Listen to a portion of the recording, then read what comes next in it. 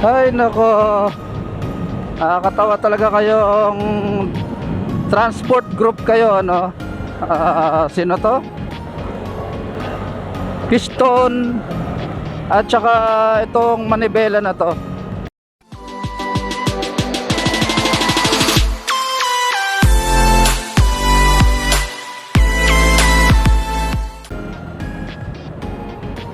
Ayaw nyo ba masenso ang Pilipinas? Ayaw nyo ba maging moderno ang transportasyon natin dito sa Pilipinas? Kagaya niyan, nagbabanta pa kayo na paparalisahin ninyo ang transportasyon ng 2 araw. Diyos ko naman, mga sir, mga driver, no, ng pampasahirong jeep, sana naman po iniisip ninyo yung kapakanan ng nakakarami, ano. Alam ko nahihirapan kayo kasi nga sabi nga ninyo yung mahal ng bilihin, mahal ng krudo, at mahal ng pyesa ng sasakyan. Yan yung mga una nyong nirereklamo. Pero mga kuya, mga tatay, mga lolo, alam nyo, kung ako sa inyo, makipagdialogo na lang kayo sa gobyerno. Ayaw ninyo ng modernisasyon kasi sinasabi ninyo gastos para sa pagbili ng bagong sasakyan. Ayan nga yata yan, yung parang minibus na yan. Ang katwiran kasi ninyo dagdag pasakit sa inyo mga driver o operator. Katwiran din kasi ninyo matatanda na kayo at wala na kayong ipanghuhulog sa mga ganong klase ng sasakyan. Pero mga tatay, mga lolo, ako nararamdaman ko rin naman yung mga hinaing ninyo. Bakit? Yung tatay ko halos 20 years, halos 30 years din naging driver ng pampublikong sasakyan. Yan nga, na pampasahirong jeep.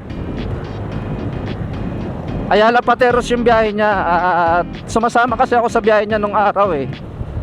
Ako yung nagkokonduktor, minsan ako yung naglilinis ng jeep niya. Pero di ba, hindi nyo ba nakikita yung mga jeep na ginagamit ninyo masyado ng matatanda, masyado ng luma. Yung iba dyan malamang matatanda pa sa mga anak ninyo. At yung iba dyan malamang talagang inabot na lang ng mga apo-apo ninyo, mga tatay, mga lolo. At sigurado naman din dyan sa mga sasakyan nyo na yan, sa mga pampasero nyong jeep na yan, wala nang brand nyo dyan. Lahat dyan malamang na overhaul na yung makina, transmission na ibaba na rin. So, diba? Kumbaga yung sasakyan bawi na. Tao man, tayo man din, mga tatay, mga lolo, tumatanda rin tayo, nag-iiba na performance natin. So, di ba? Nakakaramdam tayo ng mga sakit-sakit ng kasukasuan. So, yung jeep ganun din. Luma na yan. Pagpahingayin na natin, Diyos ko naman, ilang taon nyo nang ginagamit yan. Ayaw nyo pang pagpahingayin. Tapos, pag naka-aksidente kayo, sasabihin nyo, nawala ng preno, lumusot yung preno. Kung iisipin mo naman, di ba, mga tatay driver, sino ba talagang nagpapaandar niyan? Hindi naman aandar yan, hindi naman gagana yan, kundi dahil sa inyo. Kaya yun nga sana, baguhin na ninyo yung estilo. Ayaw nyo ba tayong umasenso man lang? Tsaka yan, nagrereklamo kayo sa mga sinasabi nyong yan. Lagi ninyong pagbabanta paralyze ang pasahe, ang pasada. Maawa naman kayo doon sa iba. Maawa kayo doon sa ibang mga tao, maawa kayo doon sa ibang pasahero. Isipin nyo na lang din yung kamag-anak ninyo mamamasahe ng ganyan, no? Tapos walang masasakyan. Diba? Nagtatrabaho sila. Tsaka yun nga, mga tatay, bakit naman nung panahon ng pandemya, di ba? Halos 3 buwan kayong walang pasada, 4 na buwan kayong walang pasada. Di ba umiiyak pa kayo? Nakikiusap pa kayo sa gobyerno na pabiyahin na kayo. Kesyo yung mga sasakyan ninyo, nasira na lang dahil sa tagal ng pagkakagarahe. Yung mga pyesa nasira na lang. Kayo mga operator, mga jeepney driver, mga nalubog na sa mga utang. Yung mga nakakompromisong utang, hindi na nabayaran dahil nga walang pasada, di ba? Andyan yung umiiyak kayo sa harap ng camera, ng media, nakikiusap kayo, napabiyahin kayo. Bakit hindi kayo nakaisip ng ano nun? Ng transport strike? Kahit alam naman natin walang pasada ng mga panahon na yon. Di ba, hindi, nagalit pa nga kayo sa gobyerno kasi hindi kayo pinagbigyan eh. Pero syempre, bilang may pandemya, hindi talaga kayo papayagan. Oh. Pero yun na nga, ngayon nakakabiyahe kayo, nagbabanta kayo ng ganyan, nagbabanta kayo ng hindi kayo babiyahe, tigil pasada, pilahin ng transportasyon. Oh. Nagrereklamo kayo doon sa modernisasyon. Anong gusto nyo? Sumali kayo dyan sa rally na yan. Di lalo kayo wala kinita. Di ba? Wala kayong kikitain dyan. Ewan ko na lang, yung pagsama-sama nyo dyan sa mga rally-rally na yan, isipin mo 2 araw. Kung nakikipamasada ka, putya, ramdam mo yan. Kahit man nga ikaw operator, ramdam mo yan eh. Nagre-reklamo kayo, mahal ng bilihin. Mas mahirap naman yung ganyang di kayo makakapasada, lalong wala kayong kita. Diba mga tatay? Kaya sana naman makinig kayo doon sa gusto mangyari ng gobyerno, modernisasyon. Oh, diba? Kayo mga pampasaherong jeep na nakikipasada kayo, nagba-boundary kayo. Ang boundary ninyo ganito minsan, tapos magkukrudo pa kayo. Pagpalagay natin ang maiuwi ninyo, ang take home pay ninyo 400, 500, depende sa sipag ninyo. Okay na ba kayo sa ganon? Hindi ba kayo nakikinig sa sinasabi ng jeepney modernization na kayo magiging swelduhan? So ibig sabihin nun, kaya maghapon kayo o hindi, sweldohan kayo. Tapos may mga benepisyo pa kayo matatanggap mga pare. Di ba? So, nako, sumulong na tayo sa makabagong panahon. At sumulong naman tayo sa makabagong sasakyan.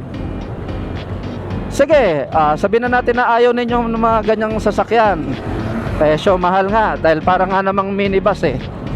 Hindi naman ako tutol sa sasakyan na yan. Pero kayo mga trust group, manibela at piston, na kayo lang lagi yung namimirwisyo eh. Ano ba naman yung hilingin niyo sa presidente, sa gobyerno o sa LTFRB na buksan ulit yung mga paggawaan ng jeep, ng traditional jeep. Andyan si Francisco Motor, andyan si Sarao, si Morales, si LGS, di ba? Malagueña. Yan yung mga jeep na inabot ko nung araw eh, mga late 80s, early 90s. Yan yung mga jeep nung araw eh, mga patok, mga stainless. Ano ba naman yan ang pakiusapan nyo yung gobyerno na buksan yung mga paggawaan yan? Yung ibang nasabi ko mga brand ng jeepney na yan, andyan ang paggawaan yan, yung iba sa Pililya, andyan sa may Bara, sa Tanay. Di ba? Huwag nyo naman sabihin sa inyo mga operator, mga driver na yung pampasayarong jeep na ginagamit ninyo hindi pa nabababa makina nyan. Ba, kalokohan yan. Matagal na yung mga sasakyan ninyo, wala nang branyo nyan. Baka nga sa mga tumatakbong jeep na ito, talagang lahat yan na overhaul na eh. Ba? Huwag nyo sabihin na may branyo pa yan. Diyos ko. Yun ba, kung may hiling kayo ng modernisasyon, ayan, ganyan, buksan yung mga jeepney company, yung mga paggawaan ng ano nga na yan, paggawaan ng jeep na yan, Sarao, Francisco Motor, si LGS, si Morales, si Malagueña. Yan yung mga inabutan ko mga patok na jeep eh, na talaga namang yung iba ngayon dyan, yan pa rin yung mga bumabiyahe ngayon. So isipin mo yun, di ba? Ikaw ng tao, kumakain ka, naliligo ka, tumatay ka, nagbabago yung performance mo pag tumatanda ka na eh. Yan pa kayang jeep na wala namang hindi naman kumakain yan, hindi naman gagalaw yan kundi dahil sa yung driver. Oh, Diyos ko naman, 30 years, halos 40 years na yung jeep mo, ayaw mo pagpapahingahin. Ay pagtulungan na lang kayo doon sa mga ibang transport group, kasi hindi naman lahat ng transport group pabor dyan sa gusto ninyong mangyari na reklamo kayo ng reklamo na ayaw ninyo sa modernisasyon. May pag-ugnayan na lang kayo mga tatay. Yang piston tsaka yung manibela na yan saliwa siguro ang isip niya mga yan lalo yung manibela na yan, kailangan naman sumulpot yan. Oh, mas matanda pa yung jeep na nirereklamo nila kumpara dyan sa grupo na yan So ayun lang naman ulit mga tatay, mga lolo, mga driver namin, mga mahal namin jeepney driver na naging bahagi na talaga ng buhay ng bawat Pilipino. So yan lang naman sana payagan na natin yung jeepney modernization. Sigurado tayo, hindi naman tayo malalagay sa alanganin dyan mga pare. So yun nga pala, bago matapos tong video na to, pa-shoutout nga pala kay Kimberly Pedregal,